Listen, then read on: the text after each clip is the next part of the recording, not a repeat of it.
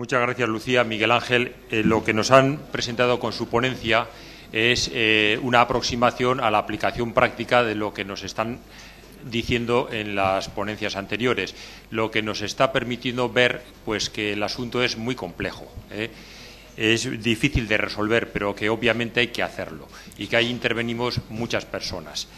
Vemos que se van dibujando necesidades que hay que ir haciendo a las que hay que ir haciendo frentes: gestión de grupos humanos, utilización de recursos, de proyecto, no puede proyectar cualquiera, de sistemas constructivos, hay que mirar hacia adelante hacia nuevas tecnologías que están ahí, pero que a veces pues no las prestamos especial atención.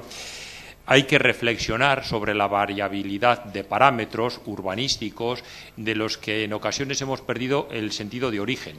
Cuando alguien habla de densidad de población o de tamaño de huecos o de alturas de edificaciones, acabamos hablando de parámetros que no sabemos cuál es realmente su sentido y así pues no podemos avanzar.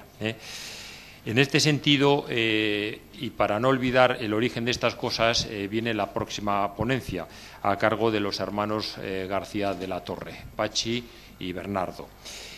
Hay una película que yo vi de niño, nunca la volví a ver, pero que siempre la he recordado muchísimo, Los hermanos Marx en el oeste. La escena que recuerdo, la tengo grabada como si la estuviera viendo en este momento, es alguien que pide más madera, más madera. No sé si algunos habrán visto la película, más madera. Iban desmantelando el tren, se estaban quedando escasamente con la locomotora, se iban cargando el tren, tratando de huir de los indios, iban destruyendo su propio instrumento salvavidas. En las obras de nuestros antepasados, las que nos van a mostrar o nos van a apuntar una pincelada fugaz, los hermanos García de la Torre, subyacen, a veces relativamente ocultos. Hay que pararse y observar, pararse y observar y ver. A veces está ahí, pero no lo vemos.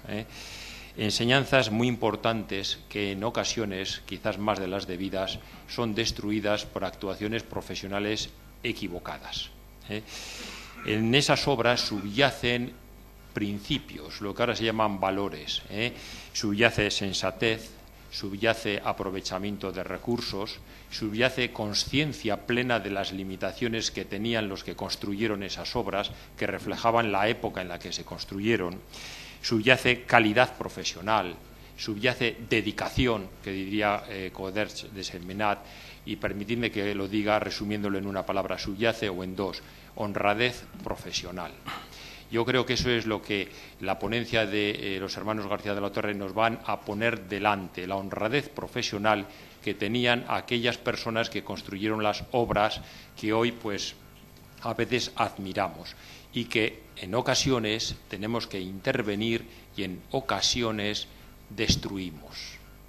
En nuestras proximidades inmediatas, en la plaza de Indauchu, aquí cerquita, y en otros sitios, hay muchas intervenciones realmente desafortunadas que nos hace perder la imagen de aquellos arquitectos o maestros de obra, constructores, que es fundamental mantener. Por eso os ruego que prestéis especial atención al apunte que nos van a hacer nuestros dos compañeros. Tenéis la palabra, Pachi. Buenos días a todos. Muchas gracias, Ignacio, por tu invitación para participar en estas jornadas. Bueno, yo soy Bernardo García de la Torre, el Pachi. Llevamos ya unos cuantos años en esto del mundo de la arquitectura y la construcción y siempre, prácticamente desde el principio, hemos desarrollado nuestra labor como en dos líneas, ¿no? Una, digamos, la actividad estándar de arquitectura, de proyectos y dirección de obra, y paralelamente otra que podemos denominar de cultura arquitectónica o de divulgación. Casualmente, tanto en la primera, el apartado de rehabilitación ha sido fundamental dentro de nuestra trayectoria y, lógicamente, la divulgación y la cultura arquitectónica tiene también mucho que ver con lo que es el mundo de la rehabilitación, porque nos sirve para tener unos criterios básicos, ¿no? Bueno, para empezar, simplemente una revisión de algunos conceptos muy básicos, pero que pensamos que es importante tener en cuenta, porque hablamos mucho de patrimonio arquitectónico y a veces pues prácticamente no sabemos ni de lo que estamos hablando. Al fin y al cabo, el patrimonio arquitectónico no es otra cosa que la edificación construida desde el momento en que esa edificación forma ya parte de un paisaje o de una ciudad. Y, lógicamente, esa edificación está construida, está formada por técnicas constructivas y por materiales que con el paso del tiempo se van deteriorando. Por tanto, el edificio requiere un cuidado casi permanente de conservación y de mantenimiento. Podríamos dividir como dos grandes grupos de edificaciones en el mundo de la rehabilitación o de situaciones de esas edificaciones. La primera, de edificaciones que no están incluidas en un catálogo de protección, que es la mayor parte, lógicamente. En ese caso, las labores de conservación, mantenimiento, fundamentalmente, están un poco a criterio del propietario.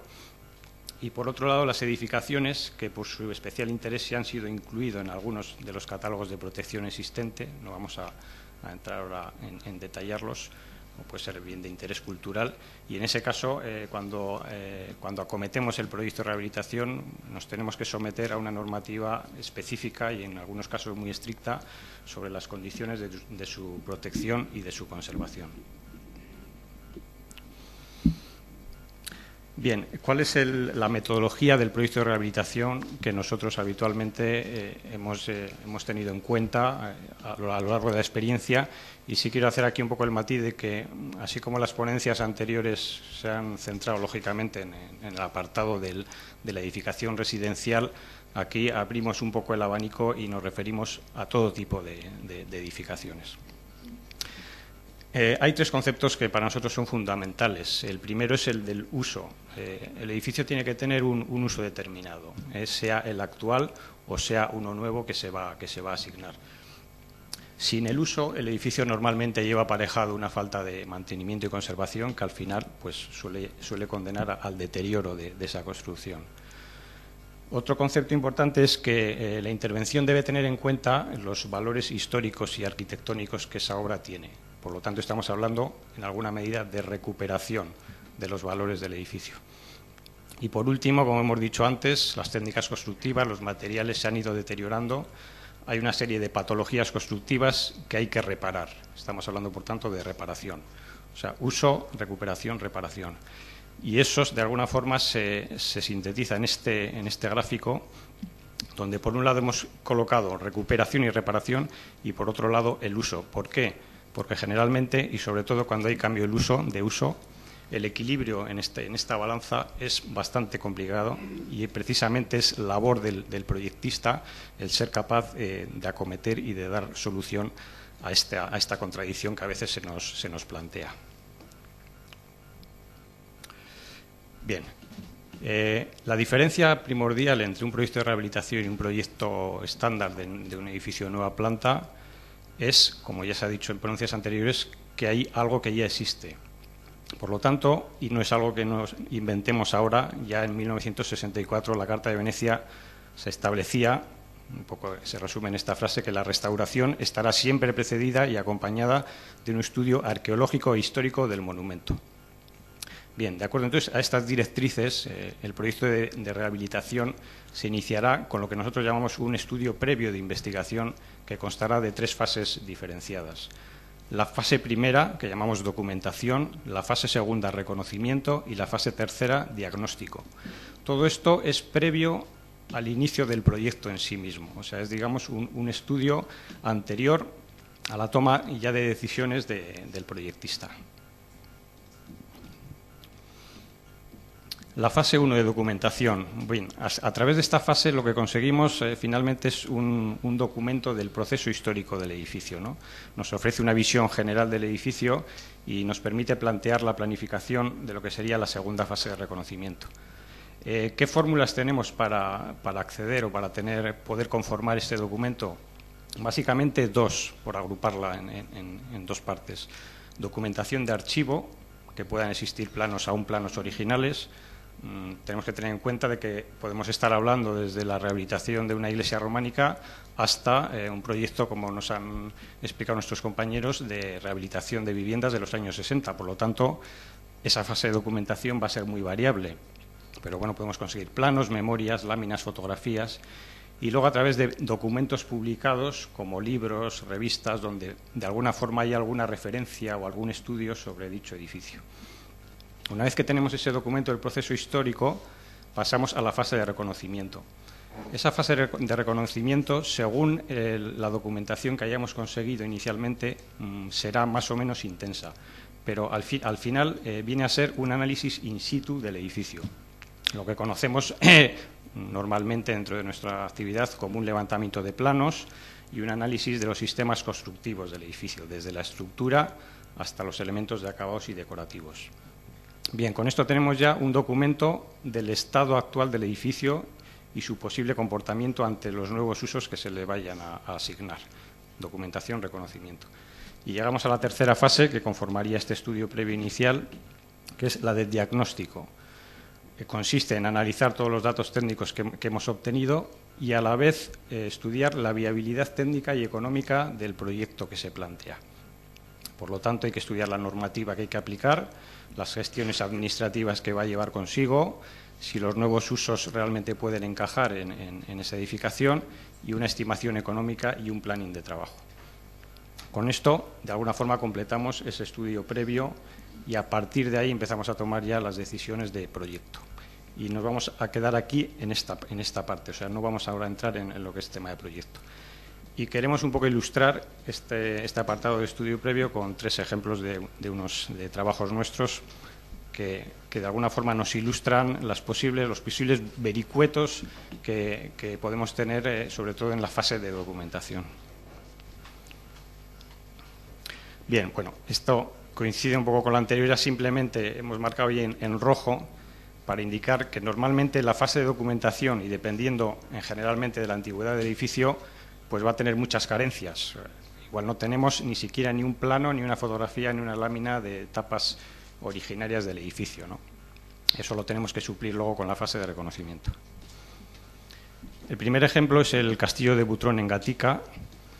Esto era una construcción medieval de la que solo quedaba prácticamente uno de los cubos, y a finales del siglo XIX el Francisco de Cubas, arquitecto marqués de Cubas, que conoceréis porque aquí en Bilbao hizo, por ejemplo, el proyecto de la Universidad Literaria de Deusto, y, por ejemplo, también tienen en Madrid el proyecto de la Catedral de la Almudena.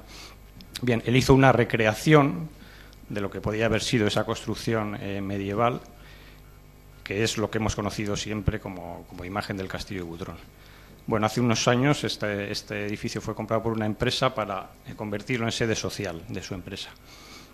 Entonces, cuando acometimos el proyecto, pues en este caso, en la fase de documentación, tuvimos la enorme fortuna de poder conseguir planos originales del finales del siglo XIX, que aparte de planos originales eran pues auténticas obras de arte, porque eran casi todo acuarelas, con lo cual tuvimos ya de inicio una primera sensación, una primera información muy importante del edificio, porque lógicamente estos son edificios que constructivamente son complejos, y sin esa información, pues probablemente algunos elementos, como podían ser el tema de pasadizos, de pozos y demás, pues nos habrían pasado desapercibidos y probablemente no habríamos tenido una respuesta ideal a lo que requería el edificio. Lógicamente, complementando esta consecución de planos y documentos originales, pues fue el trabajo de levantamiento de planos in situ, bastante complejo por la propia geometría del edificio, pero que bueno, que se llevó a cabo, y a partir de ahí ya iniciamos lo que es el proyecto de rehabilitación. Otro ejemplo es el Palacio Artaza en Leioa, obra del arquitecto Manuel María de Smith. Manuel María de Smith es una figura clave del siglo pasado, desde el principio hasta mediados del siglo pasado, sobre todo en Vizcaya, autor de numerosas obras residenciales para la burguesía vizcaína en la zona de Guecho, y también aquí en Bilbao, por ejemplo, tenemos el Hotel Cartlon en la Plaza Moyúa, o las casas de Ramón de la Sota, casas de vecindad de Ramón de la Sota en la Gran Vía. Bien, en este caso la documentación original era bastante completa, ya que la tradición de arquitectos se ha ido manteniendo en la familia y en el estudio se conservaba. Pero, sin embargo, para los temas fundamentalmente de acabados decorativos, contamos con la inestimable ayuda de colecciones fotográficas que los propios propietarios del edificio habían ido haciendo prácticamente desde el comienzo, y incluso grabaciones filmadas de cine y más recientemente de vídeo. Eso nos ayudó mucho para temas muy concretos, como por ejemplo la recuperación de las vidrieras que prácticamente estaban destruidas ya en la subida de la escalera, o elementos de carpintería de la propia escalera, de artesonados, de zócalos, suelos y demás. Como siempre, luego acompañado, aunque había una documentación original extensa, de su trabajo de levantamiento de planos, análisis estructurales de la madera, de comportamiento y de realmente situación física de los elementos estructurales. Y a partir de ahí, aquí podemos decir que sí había un claro cambio de uso de una edificación residencial a una edificación institucional, porque el uso era, en este caso, era propiedad del Gobierno vasco y era para actos y eventos del propio Gobierno. Por último, como tercer ejemplo de esto que estamos hablando de estudios previos, tenemos el caso de la Casa Torre de Ureta en Álava. En este caso, realmente era un edificio muy transformado, en el que intuíamos, por algunos datos históricos de algunos estudios que había habido historiadores, que podía haber tenido su origen en una casa-torre defensiva y residencial. Entonces, de alguna forma, lo que decidimos fue echar mano de la ayuda de un estudio arqueológico por parte de un equipo de la Universidad del País Vasco. A veces tenemos un poco la idea de que arqueología estudia solo lo que está debajo de la tierra, pero realmente aquí su labor fue muy útil, porque nos dio muchas pistas sobre las fases constructivas del edificio, sobre realmente llegar a entender que efectivamente esto en su origen había sido una casa-torre. También nos dio pistas para, al acometer el proyecto de rehabilitación, saber o decidir qué elementos eran prescindibles, qué elementos se podían recuperar y se podían potenciar. Y, en definitiva, en este caso, todo este estudio previo, con este estudio arqueológico como base importante, derivó o culminó con una figura que es también, en los proyectos de rehabilitación de cierta envergadura, puede ser interesante, que es un plan director.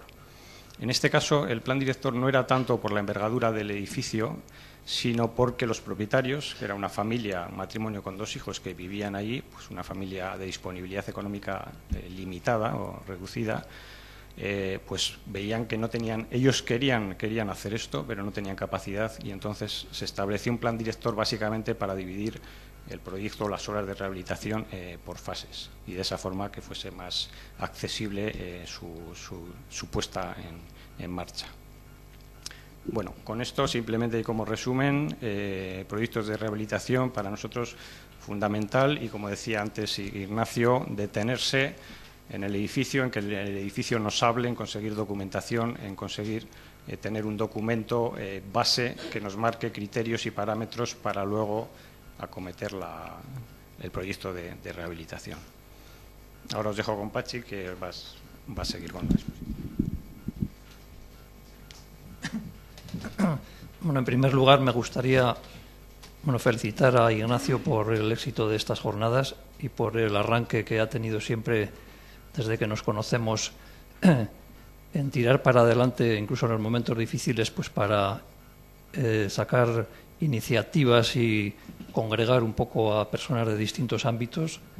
Entonces, bueno, nuestro reconocimiento personal, y porque además sabemos que es muy buena persona. Y también queremos felicitar a los compañeros que han intervenido anteriormente, porque desconocíamos la ponencia y particularmente nos ha gustado mucho, sobre todo porque demuestra que en la rehabilitación sigue viva la figura del proyectista, que nosotros seguimos defendiendo, y lo importante es hacer proyectos de calidad, estudiarlos a fondo y dar soluciones, sea cual sea el tema, pues imaginativas y con algo, con originalidad o lo que fuere, ¿no? O sea que queremos también públicamente felicitarlos. Bueno, estamos en Bilbao y vamos a hablar de Bilbao. No vamos a hablar del Atleti, vamos a hablar de Bilbao, aunque esta semana pasada personalmente, mientras estábamos preparando la ponencia, yo la verdad es que no lo he pasado muy bien. He estado bastante nervioso, sobre todo por las influencias ambientales, porque no sabíamos si Marcelo Bielsa renovaba o no renovaba. Estamos ya más tranquilos, ha renovado, le vamos a hacer la vivienda en Lezama para que no pierda tiempo y a ver si el año que viene por fin ganamos una final, que estamos deseando ya.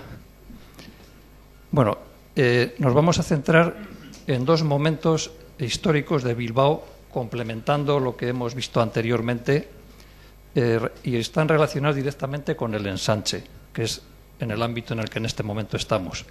Para los que no seáis de Bilbao, estamos en el segundo ensanche, la parte, vamos a decir, superior de la Gran Vía. La Gran Vía de alguna manera define lo que son los dos ámbitos. El primer ensanche corresponde a la zona más cercana a lo que es el casco viejo y, de hecho, a través de la Gran Vía pues fue la primera expansión. Estamos hablando de la aprobación del proyecto del ensanche a finales del siglo XIX y el primer ensanche, bueno, de manera un poco genérica y así simplificada, podemos hablar hasta 1920 aproximadamente, y el segundo ensanche, aunque luego se prolonga, pues los años 30 y los 40, de una manera simplificada. Y hacía relación a la ponencia anterior porque nosotros al menos seguimos defendiendo la figura de las personas que han vivido en una época, que tienen nombre y apellidos, que tienen cara y que realmente, por lo menos durante mucho tiempo, han hecho proyectos. Ahora parece que se difuminan un poco las cosas, son entidades, son sociedades, son ingenierías y bueno, probablemente todo será compatible, pero nosotros aquí simplemente vamos a hacer una pequeña reflexión y un pequeño homenaje también a las personas con nombres y apellidos.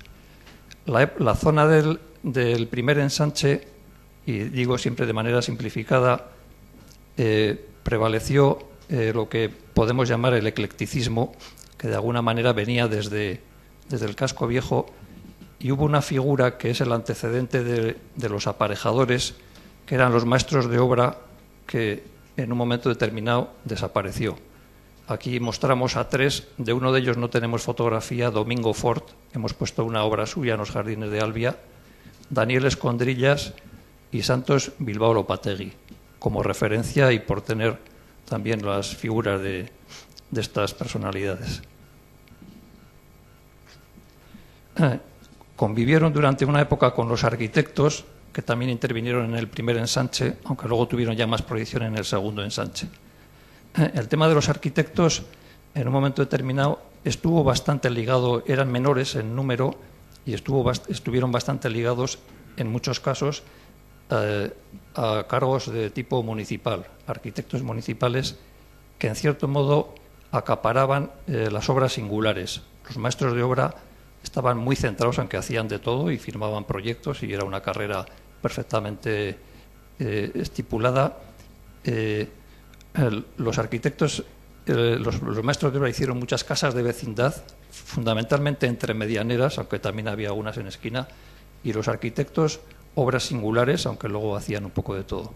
Hemos puesto 4, que aunque no son todos, y bueno, son interesantes: Severino Achúcarro, Enrique Palza, Rafael Fontán y Tomás Bilbao. Y vamos a ver algunas obras de cada uno de ellos. Bien, aquí volvemos atrás para centrarnos en una serie de edificios, desde nuestro punto de vista, pues con un encanto por lo menos de lo que es el eclecticismo del primer ensanche. Unas viviendas en rampas de Uribitarte, hemos puesto debajo miradores, muro cortina. Probablemente igual no se ve bien la foto de la derecha, pero justo a la orilla están las torres de Isozaki, que es un edificio de viviendas completo de muro cortina, y realmente nosotros, por lo menos en estos miradores corridos, pues vemos clarísimamente el antecedente de un muro cortina. Y si dais un paseo por allí y os fijáis un poco, pues realmente es una fachada, está escondida y hay que buscarla, pero a nosotros nos parece de una gran calidad y de una gran entidad urbana. Otro ejemplo el eclecticismo y sobre todo en el primer ensanche no nos metemos en temas interiores, sino nos estamos fijando un poco en el aspecto externo, en lo que es el paisaje urbano. O sea, hay como dos palabras que casi lo definen, que son miradores y balcones. O sea, un 90% de las viviendas con diferentes acabados de fachada, en algún caso puede ser piedra, en otro caso pueden ser unos simples raseos de distintos colores, unos revocos, pero mirador y balcón. Y con esos dos elementos pues hay una cantidad enorme de edificios resueltos y curiosamente la parte que corresponde al primer ensanche estamos hablando de una gran mayoría de edificios ya centenarios. O sea, son, pues bueno, 1912, alguno igual puede ser posterior, pero anteriores, incluso ya de finales del siglo XIX. Este es otro ejemplo singularísimo de un mirador. Todos estos ejemplos, bueno, por lo menos en apariencia tienen un estupendo estado de conservación. Imaginamos pues que los han rehabilitado, que los han pintado y por lo menos da la sensación de que se ha hecho con muy buen criterio porque se conservan perfectamente, incluso a nivel cromático, pues igual se han variado algo los colores, pero bueno, este es otro ejemplo pues muy interesante y muy atractivo. Aunque no lo sabemos bien, pero entendemos que estos que hemos puesto corresponden a maestros de obra y estos que ponemos ahora son de arquitectos en el primer ensanche y también dentro del eclecticismo. Esta es una obra muy singular de Severino Achúcarro, que está en la Alameda Mazarredo y es una manzana muy prolongada que está trazada todo con un criterio muy concreto de materiales, de acabados y demás. Y bueno, se ve que está conservada y se está conservando pues manteniendo los criterios más o menos originales. Esto es un detalle de uno de los balcones. En este caso, pues bueno, es un edificio de calidad, piedra, ladrillo, hierro forjado. Bien, otro arquitecto de gran importancia, y esta obra que ponemos aquí no es de las más importantes, pero está justo enfrente de la anterior, en las rampas de Uribitarte, es Enrique Palza, que sobre todo se le conoce por el Hospital de Basurto. Es su gran obra junto con el cementerio de Derio. Y bueno, tanto uno como otro, Severino Achúcarro como Enrique Palza, pues eran personas muy cuidadosas del apartado constructivo y los detalles, de cualquier manera, es necesario acercarse a las obras para ver pues con qué sutileza y lo bien que resueltas están.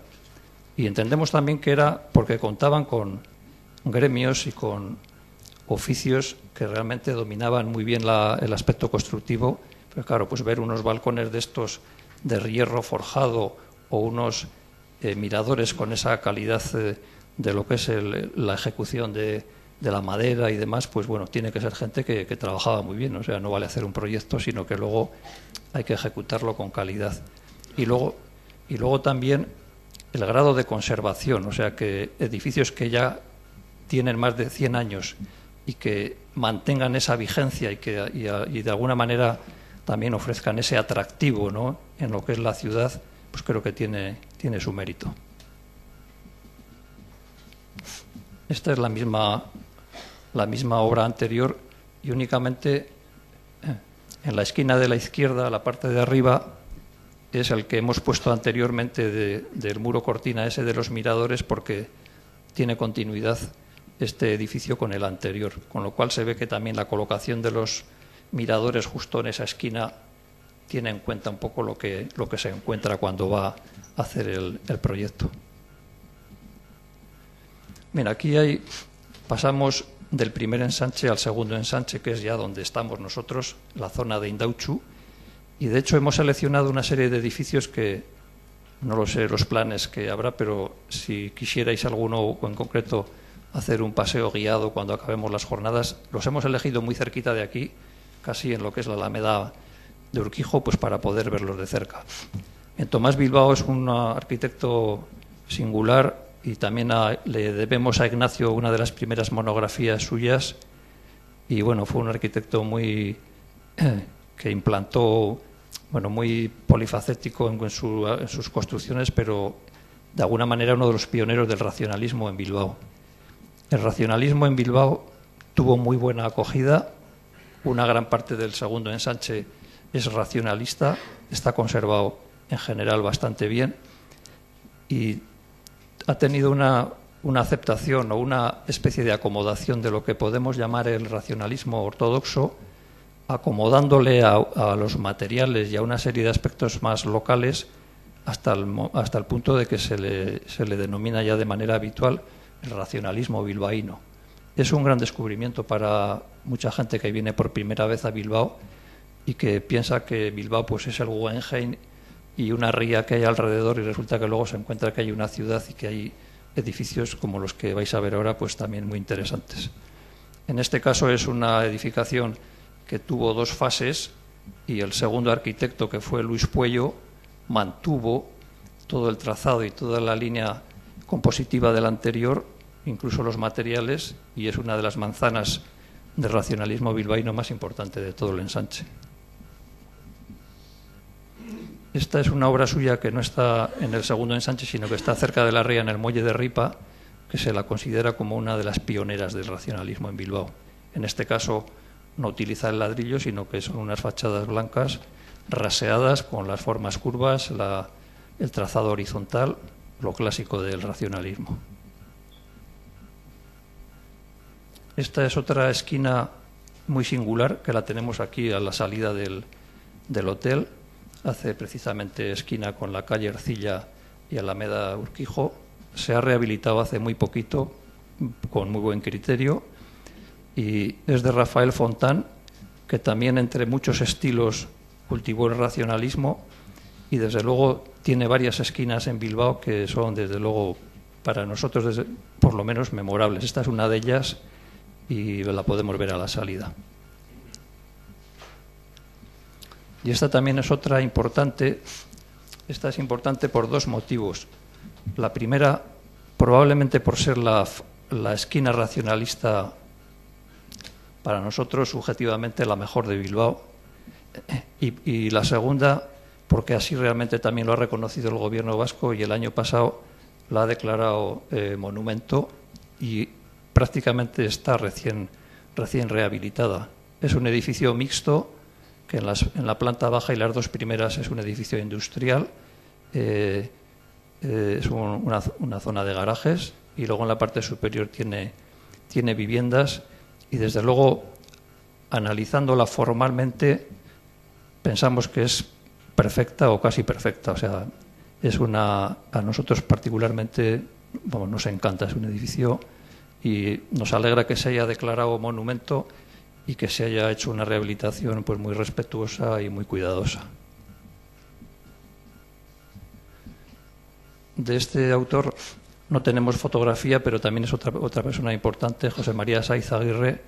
Bueno, otra esquina que da fachada a lo que es la Gran Vía, y que también se ve un poco cómo recoge el encuentro de las dos calles, pues con unas características que se repiten en muchos edificios. Se eleva un poquito en altura lo que es la esquina, siempre en forma curva, horizontal, ladrillo mezclado con algo de revoco. Son unas líneas más o menos que se repiten, pero que están muy bien resueltas. Y luego, como Ignacio, el autor del título de la ponencia fue Ignacio, que decía patrimonio, rehabilitación versus destrucción. Nosotros lo dulcificamos un poco y pusimos conservación y versus alteración, para que no sea tan fuerte. Entonces, vamos a poner dos imágenes de alteraciones que igual algunas no llaman mucho la atención, pero sabiendo un poco cuál es la alteración, pues sí conviene reflexionar sobre ellas. Una de las alteraciones es el cambio cromático. Pues en el racionalismo bilbaíno, o bien las fachadas eran revocadas en color blanco o en color muy claro, o bien de ladrillo, los dos ejemplos que hemos visto anteriormente. Entonces, en muchas rehabilitaciones de las que están revocadas las fachadas, pues se está cambiando de color y se están metiendo, aquí no llama mucho la atención, pero pues realmente colorines, ¿no? O sea, colores muy oscuros, muy estridentes, muy llamativos, pues desde colores naranjas, granates, que bueno, nosotros simplemente lo dejamos para que se sepa que realmente no sabemos si es la mejor solución. Y luego hay otro tipo de alteraciones constructivas, igual aquí no se aprecia demasiado, pero pues son cambios de elementos o de aspectos concretos. Siempre lo estamos viendo aquí un poco desde fuera, lo que es un poco el aspecto urbano. Pues bueno, en el racionalismo llegaron a hacer remates de esquinas curvas y de hecho una gran cantidad de edificios están las ventanas con el acristalamiento curva, y luego pues ya se ve que se ha ido cambiando, se ha hecho recto, se ha quitado, pues igual en cada piso una es de una manera, otra es de otra. Igual no son cosas demasiado graves, pero bueno, yo pienso que si se tuviese un poco idea, incluso la modulación de carpinterías como elemento de alteración.